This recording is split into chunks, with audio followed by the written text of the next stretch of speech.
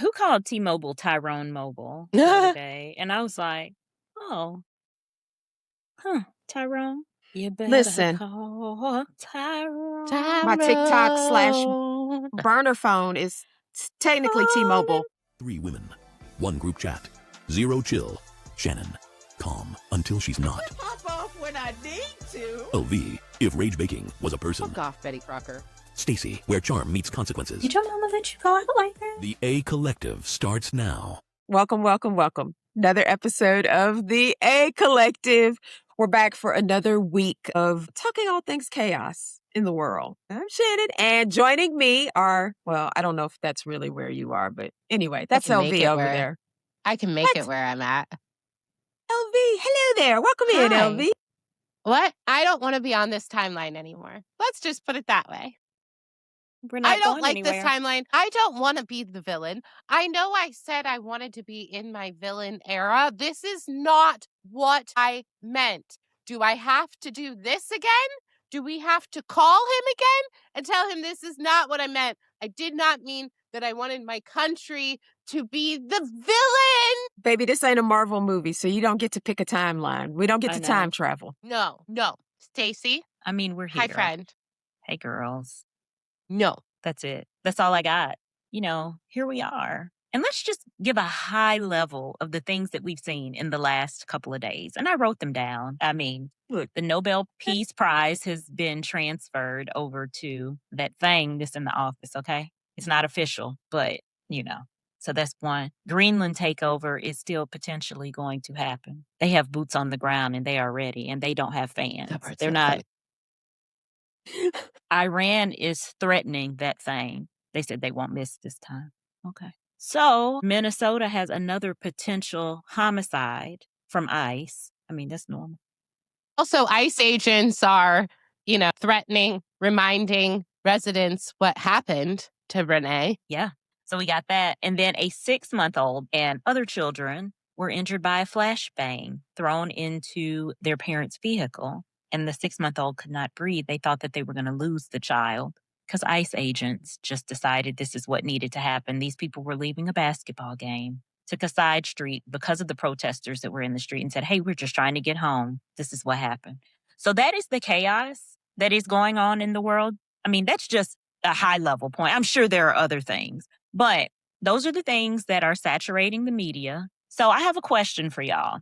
You know how we talked about friendships a long time ago in one of our other episodes and those strange things? If you still have friends that support that thing, right, and what's going on, how are y'all dealing with this? Go ahead, LB, I'm LB. going to ask you. I mean, so I definitely do have some mom friends, right? Like I keep telling my intern, Miss Sloaney, that, I'm extremely shocked because we live in a very liberal town, right? It's a university town. Typically, they're very, very liberal, and we are no different.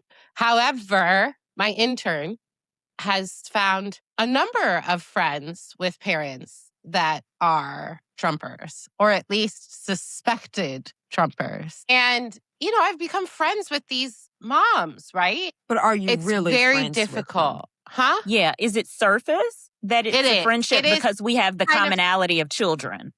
But what I think is really interesting is, when you look back at one of my high school friends that I basically, 2 years ago or whenever it was was like, I can't support this. Mm-hmm. I'm backing away from this friendship. We've spoken about this woman and I before. And I mean, maybe I am the asshole. Remember, because our mutual high school friend asked me at the reunion why we were no longer, why I had been avoiding this other woman, all this stuff. But I think that for me personally, those surface level relationships, I haven't totally burned because I feel like I can still try to be sneaky and change their minds. You think so? Do you think that people that believe in this are Yes. willing to see something different? Yes. Okay.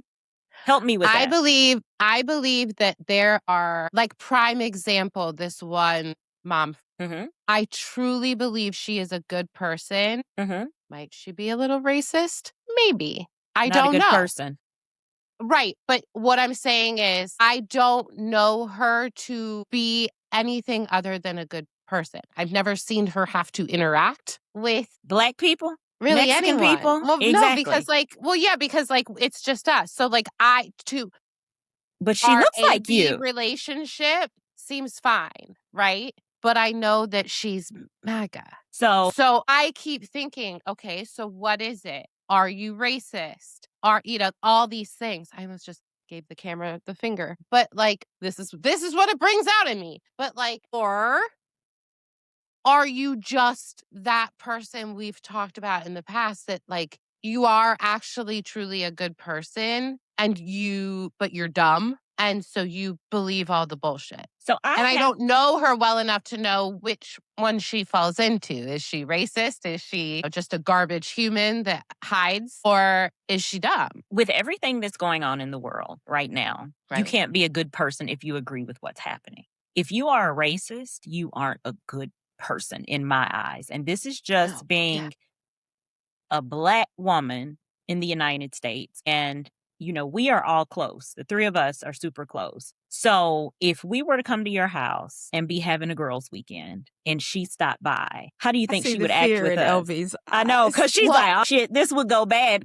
No, And because if- that's No. that's I'm thinking about her house, like going to her house. She was that's like, more the terror.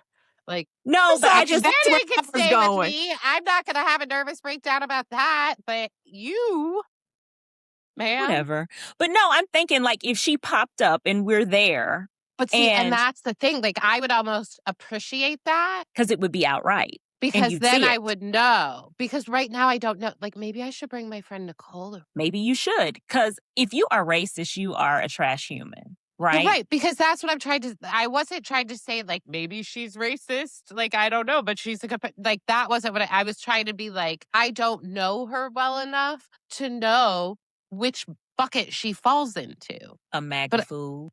On a very surface level of having like coffee and chit-chatting at drop-off, pickup, that kind of stuff, like, seems lovely. Yeah, surface. But she goes to the church over the hill and, they don't really, it's one of those, like, they kind of try to act, they don't like to talk about the fact that they're not very supporting of the LGBTQ plus community. Mm-hmm. I don't know, because the husband is from New Zealand. And he's probably one of those people that's like, I did it the right way, so they should too, right? There are so many immigrants that are like, no, no, no, no, no, I did it the right way, so they should have to do it the right way as well. But it's like, well, what if we just want to make it easier to do the right way? Yeah. But so people like that, I'm trying to slyly pop in little nuggets of information that I know that they don't hear in their vacuum without being accusatory or sound, just slip little things in. But with people that are genuinely my friends, fuck no, no. If you are going to stand by that person and you've been friends with me, I know you're not dumb. I don't hang out with dumb people, but I grew up in a very white area. So if you're still agreeing with him, you racist. Shannon, what are your thoughts on that? So bye. I don't have no friends like that. Every friend I have, we have this, like, people that I really Friend. consider friends, we have the same ideology. We may differ on some other things, but we have the same ideology. So I don't have to worry about like where my friends stand on the political spectrum. And I have a lot, particularly sorority sister friends that hold elected office in like the metro Atlanta area. So, I'm very clear about where they stand. So I don't even have those issues. And the white friends that I do have, none are here in metro Atlanta, but I've made some real friends along the way in various jobs and social media, like friends where we've done life together. They have spent the night at my house, or I've spent the night at their house, whatever it is and looks like. And I know where they stand politically, and they stand with me, or else I couldn't fool with them. Mm-hmm. So it's different. We may from not me. agree on every little thing, but on the big umbrella ideology things, absolutely. Because I Mhm. can't get down with people who are, I only tolerate one person in my life who is a Trumper, and it's my mobile mechanic. This is hard. Literally. And the only reason I tolerate him is He I have provides a been service. for years, Mhm. because I'll consider leaving somebody for that. But he has been servicing my car for literally close to at least 15 years, at least 15 years. And I can tell him to jump off Eh, a bridge, basically. Okay. Mhm. So I'm not listening to that foolishness. So yeah, so I can tell him that, but that's the only person in my life I tolerate that from. Otherwise, it's a hard pass. Hard pass. I So mean, for I'm a Black single woman. I live by myself. I live in a relatively secluded area. If somebody comes like banging on my door and trying to bat around themselves in the name of what they think may or may not be in this house, that's super problematic for me. Super problematic. Yeah. So for me, working in corporate America is different because you have work friends that you're on projects with, they're on your team, and you're surface level, like friendly. I try not to do a lot of following people on social media that I work with. But then when they do send a request, of course, I'm going to scour their page. And I know if I find the wrong things, it impacts how I work with them. So we shouldn't even go there. But I've had a lot of coworkers from previous life that I've had to cut off because of their political views. And these were people that I traveled with when I was consulting and traveling every week. Like we are in different states and doing dinner, all of these things. And so you become closer and you're friendly. But then I start seeing your political views. And when I started seeing it, I cut them off. And I had a few that reached out when they saw that I got rid of them on social media. And I'm like, you support that thing. We have nothing in common because you can't tell me you support him and you love me as a friend. So there's nothing that we have in common at this point. I've seen a lot of it from high school friends. And it's just like, okay, well, I'm cutting you off. And granted, I grew up in a small white county. So Blacks were definitely the minority there. But you're cool with people because we went to high school. We went from kindergarten on and you still remain friends. But when we get older and you start seeing that political ideology, no, I can't do it. And so I'm just wondering with everything, like we are being inundated with so much stuff right now that we see that is blatantly wrong. People that support that, how are you supporting these friendships? Like, how are they continuing to go on is what I wonder. True friends? For me, it's like, yeah, no, a number of years ago, anybody that was like truly personal to me that I knew supported him loud and proud. Mhm. But it was funny, as you were talking, all of a sudden I was like, huh, yeah, I never really thought about that because, like, obviously, I've been in corporate America and then working at different hair salons and all the different things. There's a lot of correlations between like the work friend and the mom friend. Mhm. Right? Because, like, I can't ruin a friendship for my child necessarily unless I see it becoming a problem. She knows, she is aware, she knows we don't know why. We just know, and to be cautious. Mhm. I know that they're not getting, or that I know by misinformation, kind of like ground news is really actually helpful because I can see what kinds of shit they're getting Mhm. and then the real story, and then I can slip some of the real facts to her. Do you think she's okay with listening to facts? I don't know because again, I don't It's surface. outside of bus stop kikiing. I think we've gone to get coffee like maybe 3 times, 4 times over the last 3-4 years. The You don't know. chit chat, like if the girls have a play date, pick up, drop off, that kind of stuff, birthday parties, stuff like that. Like we don't have a genuine friendship. And I would have liked to have had one, but I realized pretty quickly I was pretty sure that they were MAGA. And so I kind of. So my thing or observation, right? Observation kind of in this would be, and my lens is different through which I look at these things. So, one, I think the outcome or the relationship would be very different if it were, let's say it's me and Ariana. My daughter's Ariana. Mm-hmm. As opposed to you and your daughter, right? So, like, probably the minute I found out she was MAGA, you can't play with her no more. Exactly. We Yeah. don't know. We don't know what they talking about in that house, and I don't want you exposed to not now one little bit Indoctrinating of my it. child. Yeah. Well, and it's Not funny. There even. was a split second that I considered. I mean, when I started to be like, I think maybe they might be, I was like, I don't know that I want her spending time with them. Because that's what I was about to ask you. I'm very surprised that you are, because she wouldn't be able to play with her, more or less go into her home. Like, definitely. Yeah. Home would not be a thing for me. So I guess maybe that's just the difference. But I do think, and I I get hate where to, you're going. I don't want to use the term white privilege, but I think that it's an easier thing because Yeah. you are white, Yeah. as opposed to me in that situation, Yeah. me and work. Like, so two things. When I was a flight attendant, I never discussed at work. It was a hard pass. I would tell people if they tried to bring it up. I didn't discuss religion and I did not discuss politics on the Yeah. job because I Same. got to work with you for the next 4 days. We are laying over in the same hotel, whatever. That's not what we're going to do. Because, see, I hold a grudge. I don't ever, I will remember and I It's won't forget. forever. Forever, Mhm. ever. So I like in general in workplace situations, I don't discuss religion and I don't discuss politics because people tend to have very, very strong feelings about those two subjects.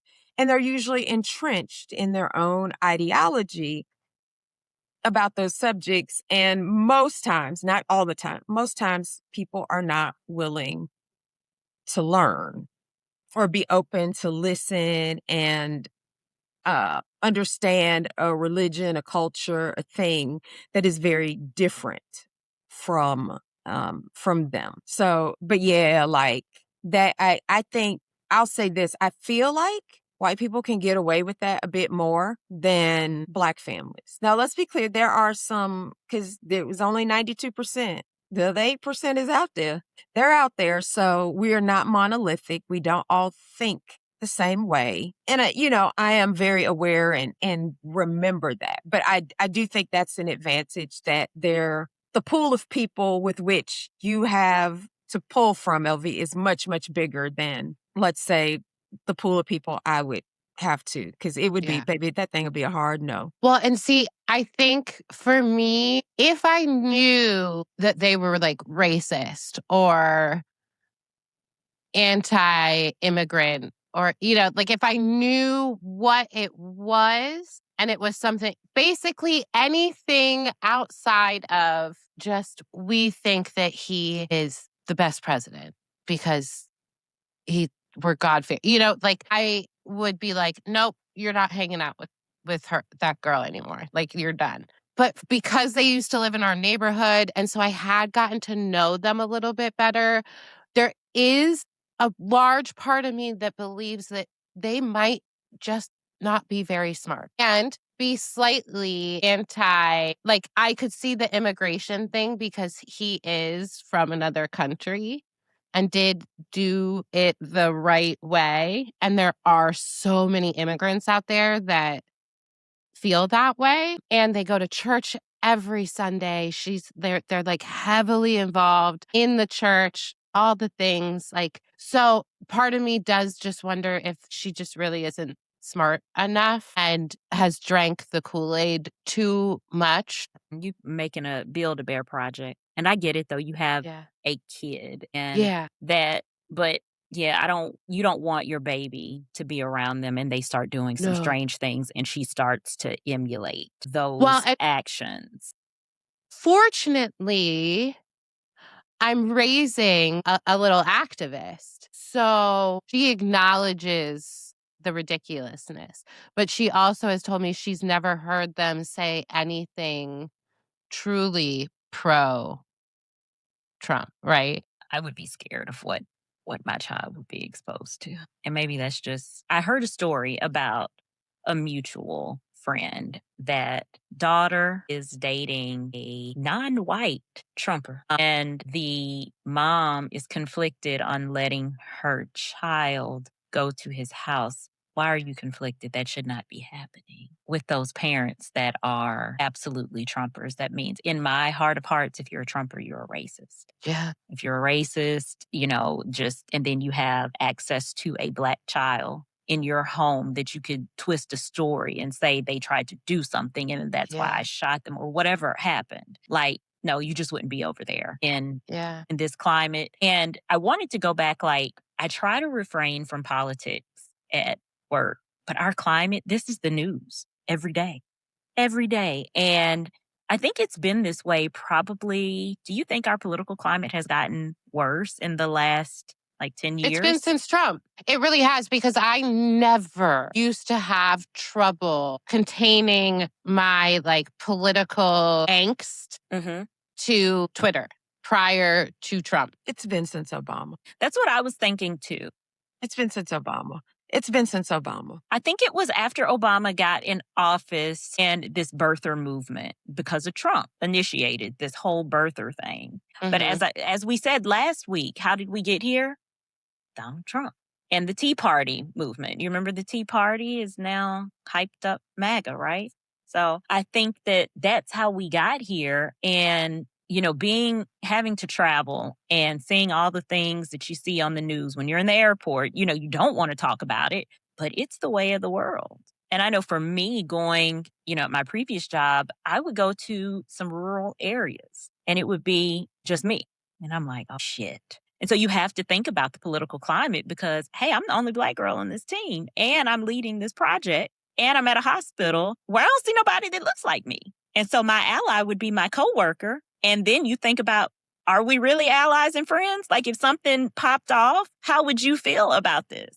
Where would you stand? So I don't know. It's just been a strange time. And I look at relationships a lot differently with people. Well, and Sloney and I recently were having a conversation about this.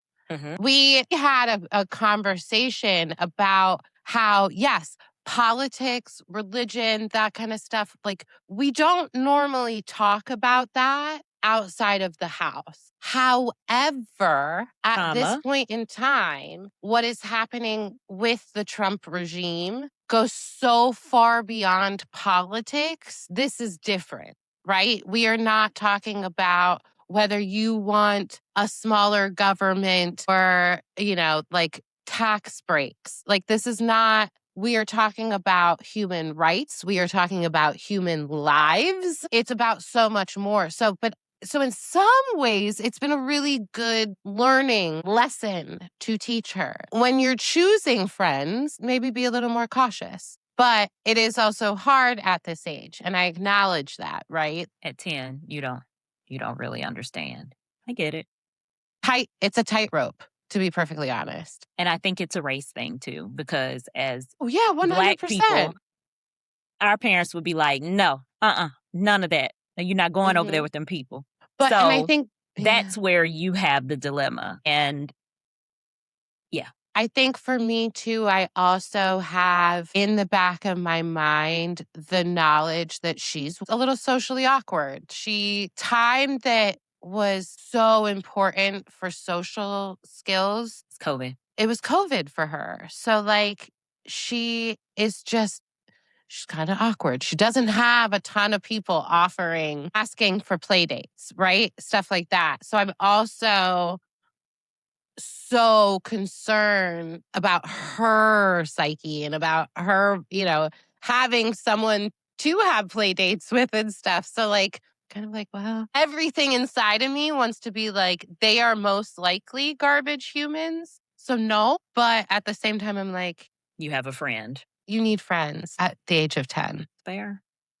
Shannon, what's grinding your gears? So you don't have those friendships, but in this climate, what's turning you away from everything? When you say turning away, what do you mean? Like church? I mean, I see a lot of things on social media and, big on my feed right now is because I speak a lot about religion is the comedian Drewski. And he did a post that has drawn probably tens of millions of views. I don't even know how many views that video has. I think But it it's was over created a 10 lot of, million. Want to see? is it?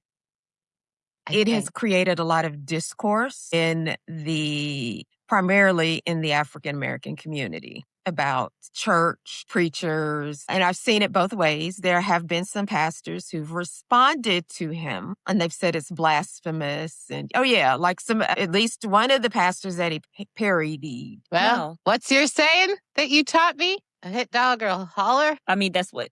And, my view on it is, I don't believe it's blasphemy. I do believe he's holding up a mirror to what is happening in a lot of churches. Not all churches. Actually, I'm not even going to say a lot. A small percentage of churches. Yeah. Because most people don't realize this. The average church size in America is about 75 people. It's less than Is it? 100 people. Yeah. We tend to see all Mega of churches. mega churches are very large ministries in our communities, but I know plenty of churches that have like 100, 200 members, and then of that, they're seeing 50 to 75 on a Sunday, if I can that. see that. That makes sense, Yeah. though. So the average church size in America is much smaller than people think it is. So what he was mimicking and parroting was something happening in a handful of churches, but it was spot on. It was spot on, and it amplified a lot of issues that people have in the church. I saw it, I think before it really, really blew up, I saw it and I laughed. I was like, oh my God, this is hilarious. I sent it to a pastor friend and was like, he's a comedian. And she was like, oh, I know about him because my kids love him, that kind of thing. He's a comedian. And a few creators have put out videos basically saying this. This is not the first time a comedian has made fun of the church. Won't be the last. And so the people getting up in arms about it are probably people who are super closely have been mimicked in this thing, or it's close to maybe what they have put out on a Sunday. But I mean, everybody, think about this maybe before your time, Sanford and Son, Aunt Esther. She was a Bible thumping woman. Glory. And so, I think about another skit brought to my remembrance was Church Lady, Dana Carvey on Saturday Night Live. In Living Color had Jim Carrey and I think Damon Wayans or David Allen Greer, one of them. David Allen Greer also did, I think, Reverend Lonnie Love on Martin. It's just been, it's continuous over time. Good Times. I'm a huge Good Times. Sam, Smiling Man, who was a parody of Reverend Ike in the 70s. So it's just a mirror. I think comedy, because this can be said about a lot of comedy. Comedy is a reflection, a mirror, a piece of satire about what is happening in the world today. Who is that creator? Carlton Humes? I think they call him Carlton, not Carlton Banks is his handle. Mm-hmm. Oh, Mm-hmm. yes. I mean, what is he parodying? Yeah. Church. And if there was not the reality of this stuff happening in the church, there would be no material. I am not Exactly. going to a church where anybody is ziplining. That is foolish. Yeah. What are you doing? I can't believe what are that. you doing? What? Like, because I'm But like, it's happened. I watch it and I'm like, I sit back and I find it humorous because I'm like, I'm Episcopalian. That would never happen. So That ain't us. No. That ain't us, y'all. Because that's the thing, though, too, is like, there are those like grifters. Shoot, what are they called again, Shannon? You always tell me and I never remember. what? That type of church, or Stacey, maybe it's Stacey that always has to tell me. Is it The prophet, like prosperity. Yeah. ministries and the Yeah. prophet liars? Yeah. But like, Is that something that is just really abundant in the Black church, though? I know we had, the bakers. no. Hi, you've got to think of what's his name. The bakers. So this is the thing. No, It depends on no. what you're Swagger. talking David Jones. about. In Joel. terms of theatrics, it's probably a lot of the Black church. That's what I was Way thinking, like more. the performative, zip Yeah. lining, that type of thing. Yeah, but prosperity gospel, no, that's That's not a Joel relegated. Osteen kind Yeah. of thing. I'm like, you got to Um, think. I wouldn't say that. You don't think he's a yeah. prosperity ministry person? I do. No, not really. And I've been to Lakewood. I've sat through service in So- person. No, I would say it's the Kenneth Copelands of the world, the Benny Hinns of the world. the I TD think they're all the Jakes, the same. Creflo Yes. Dollars. Joel Osteen has his own fucking he is supposed to be a man of the Lord. Okay, so we Yeah. need to probably have a separate episode about church because I'm going to stand 10 toes down on a few things. What does someone having a private jet have to do with prosperity gospel? And Joel Osteen is one of those people who makes primarily most of his money not from the church. He makes it from book deals. Books and all of He that. makes it from books and speaking engagements, which is how a lot of preachers, when you get to that kind of status, they got other streams of income. So they are not the type of people who are like, the perception is they're bleeding the church dry. No, they're not. They're making way more money doing other things, writing books. If they are itinerant preachers, they like to go out and see other churches. Some people are itinerant preachers because they don't make any money at their church and they have to get on the road and preach a lot and preach for money. But there are some who that's just part of who they are. They pastor a church, yes, and they get a salary from that. But they're making more money on all of their other things. They're making more money on books, speaking engagements, other kinds of deals that they are working on. So I think in some cases, preachers in that respect get a bad rap, but that's because a lot of people don't understand it. I've been a part of that world. Now, are there preachers who are bleeding their churches dry? Yeah.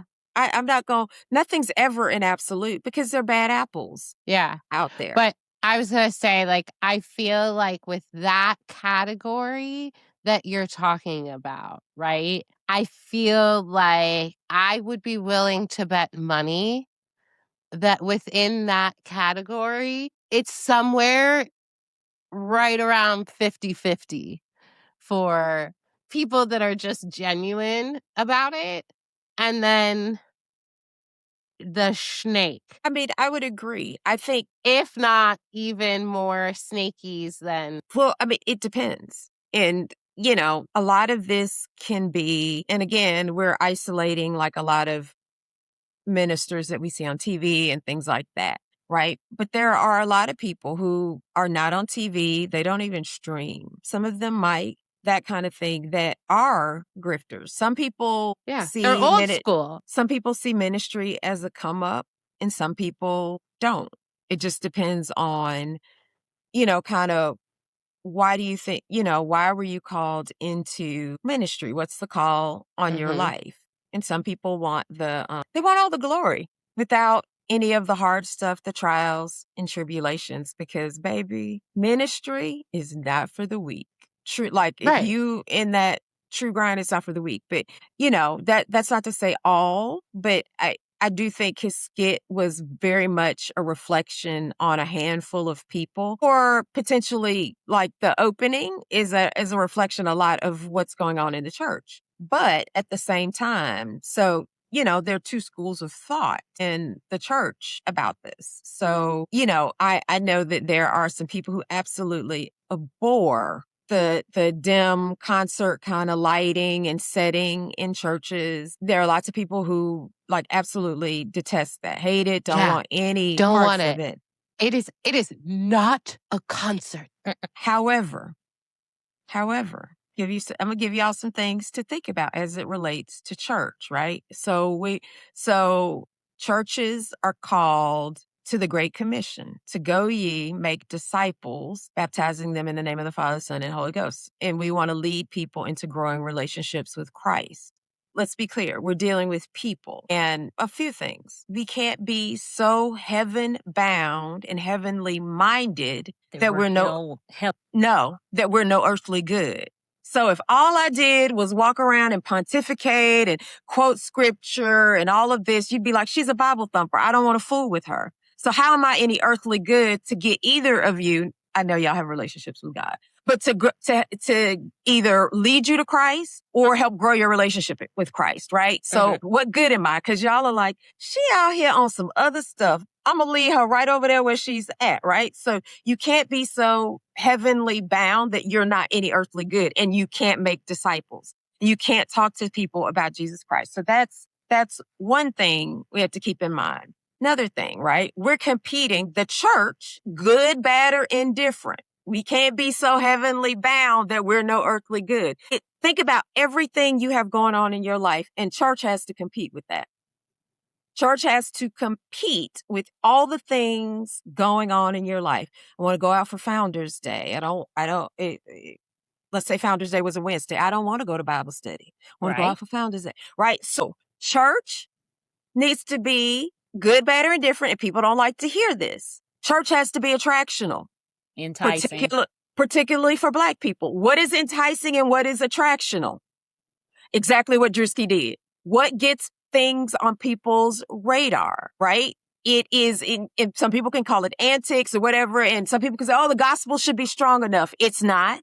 It's not. If we are in a spiritual fight for people's souls, love this quote from Andy Stanley, I will do anything short of sin to lead people to Christ. And so that means anything. So that means if I need to make church look like a concert venue to get people in the door and get them to grow their relationship with Christ, guess what? That's what I'm going to do.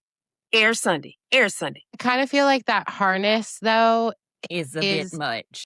do it well, but it's maybe doing sinful things to the nether region.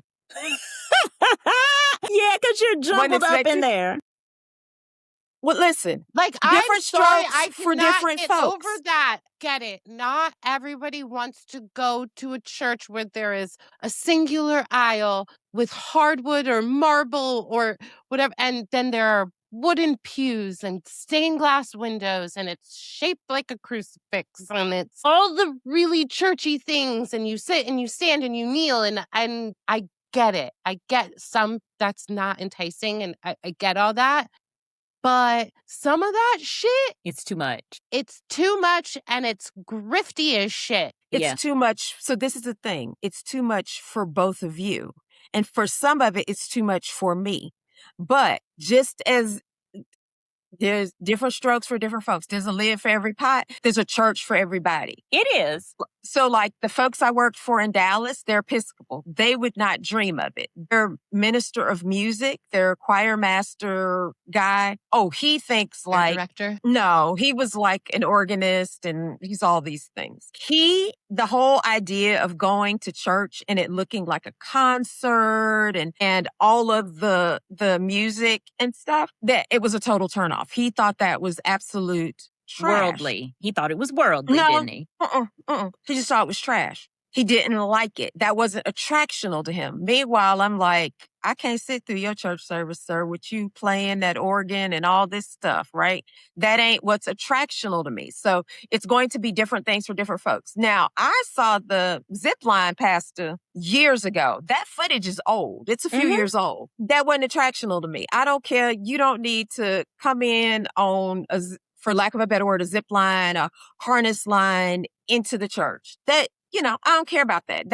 But I also recognize, as someone who has worked in the church, I recognize that for what it is. It's antics. It is a stunt. It is to get people talking. It is to get people interested in coming to your church. Are you sure? Yes. Remember, I will do anything short of sin to get people in church and grow their relationship with Christ. Right. But also remember, men are basically tall boys who like toys. And to me, that sounds like you put enough in the basket and I got to get a fun toy. I've always wanted to zip line. And I can do it. And it got you into church. It got you into church and you may have enjoyed my sermon. It got you into church and you may have enjoyed my sermon. So I'll give you for instance. So pastor who used to pastor the church I worked for, he's deceased, no longer with us, right? He preached a sermon and he put it out there just like this. We did a graphic and everything. This was the title of the sermon. He put it out the week before church. Can God use your ass? I'll do anything short of sin to get people into church. So people are like, oh my God, this church ain't done cuss. And what is he preaching about? What do you mean, can God use your ass? Right? It's about Balaam and the talking ass, the talking donkey. So if God can use Balaam's ass, he can certainly use yours. But that is something that gets people into church. It's going to get you to tune into a stream because you want to hear about it. It's not attraction. It is. It's essentially a hook. Mm-hmm. That preacher, and it's different hooks for different people, and everybody may not like the hook. But the pastor ziplining or whatever you want to call it, floating through the air. It's a hook.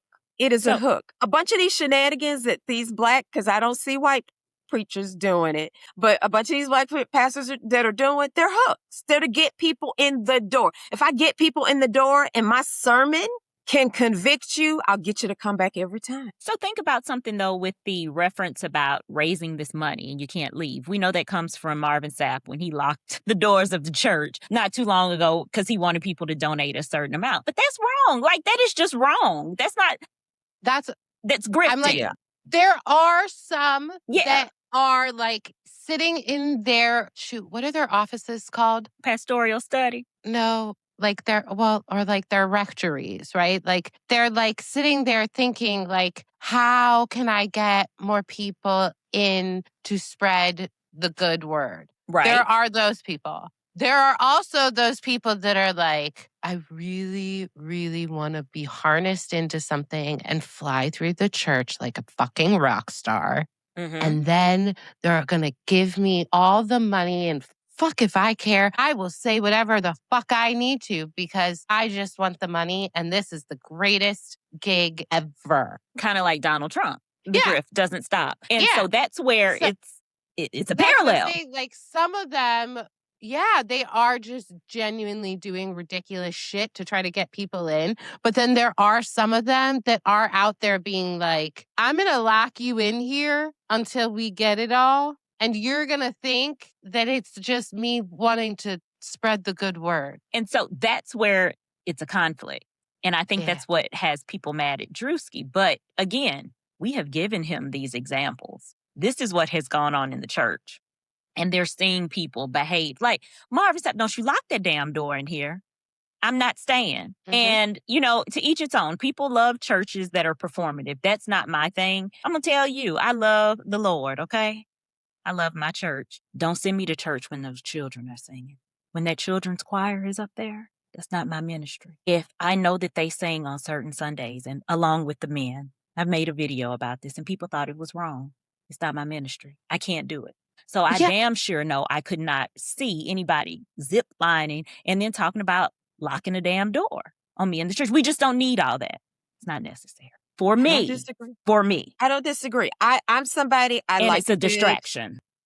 I like a good charismatic church with probably a little theatrics. I like the rock star concert look. Do you? I'm intrigued. Okay. Oh yeah. Like I had a good friend ask me recently. He was like, Tug, when are you coming to see me at my church? He has a very traditional church. And I was like, I'm trying to figure out what I want. And I know I don't want traditional. That's not where I am in life and my relationship with God. I need something else to draw me in, and I want to be able to lean into church. And so it is probably a more progressive ministry. And some of the larger ones are too far away from me here in Atlanta, because there's some I would love to be a part of, but they're too far away. I'm not going to commit to that every week. So I know me. I'm like, nope, I'm at the point where I ain't going to do that. So I don't even worry about going. Because, Atlanta and Dallas are places where there are plenty of I don't want to name any names, but I can imagine one that's close to you. And I don't think the theatrics are that bad from what I've seen. We could talk about them offline. I could tell you. We can, because I don't want to offend anybody. I've been to several of the larger ministries here in Atlanta. So very interesting. And I think that people have a problem with their ministers, like when we were talking about the jets and all of those things. This day and time, churches are having to open up and feed people, because people are hungry. The economy is trash right now. And then for you to see your pastor with the jet, see him with the red bottoms and I don't know if white pastors do that. Again, I think this is a segment of Black church. No, they do. I think it's more denominational. Okay. Well, I've seen the designer suits, and that can turn people off, especially in this climate, because you're not relatable. You want your pastor to feel relatable. Yeah. And I think that that's where we're having this problem right now. And his skit hit home because people are seeing this and people are suffering right now. I would agree. This feels like a live episode. I think we should do that and just let everybody give their feedback. I think it would be good. Like, our listeners probably have an opinion on this. Yeah. And even the friendships. Like, because I want to know how other people are managing them. Have you cut people off? Are you in LV situation where it's like child friend and you have to keep this relationship for whatever reason? And Or then like when a does it work- end? When does it end? Or how long Yeah. do you endure it? I'd love to know how other people handle this. We kind of put you on the spot here because you're the one with a child. We don't have children. Yeah. So, Well, and it we're was also funny not 'cause white. when you first brought up the topic, it didn't even dawn on me. I was thinking more like racially, it's definitely, that's where my brain typically goes. Like, oh, I wonder how we're going to look at these things differently because of our experiences from childhood, right? Like, but then It's deeper. it's even crazier because I am the only parent. And it's And so very easy for us to say, well, we would do what this. we or wouldn't do. We Yeah. would do that, but we don't have a little human. And I think play dates are real important in today's generation. I didn't have a ton of play dates as a child. I was I an didn't only either. child. I didn't But I also- either. So And I I think it's that's an only child thing. Mhm. And so I'm scared because she's an only child. Because we all are only children here. Yes. And it's very interesting because you've And got an only she's child. weird. She's just I don't think different. she's weird. Don't say that. But see, I think that She's sweet. She's No, personable. and I'm not saying, but like it's like, She knows how to deal with adults. Maybe she's just Yeah. an old human. And maybe that's what we'll say. She's a little mature because she knows how to talk to Auntie Stacey and Auntie Shannon. right. But she's also a little bit immature then with like certain things like that she likes, although it does seem to be turning. She's very much like me. She's a chameleon. She has so many different interests, so many different like style interests. And so it's hard. And so she But I think that's says for weird all children. things. Yeah, but like she's like a little socially awkward, like it's but I just a think lot. I think most I think kids are weird.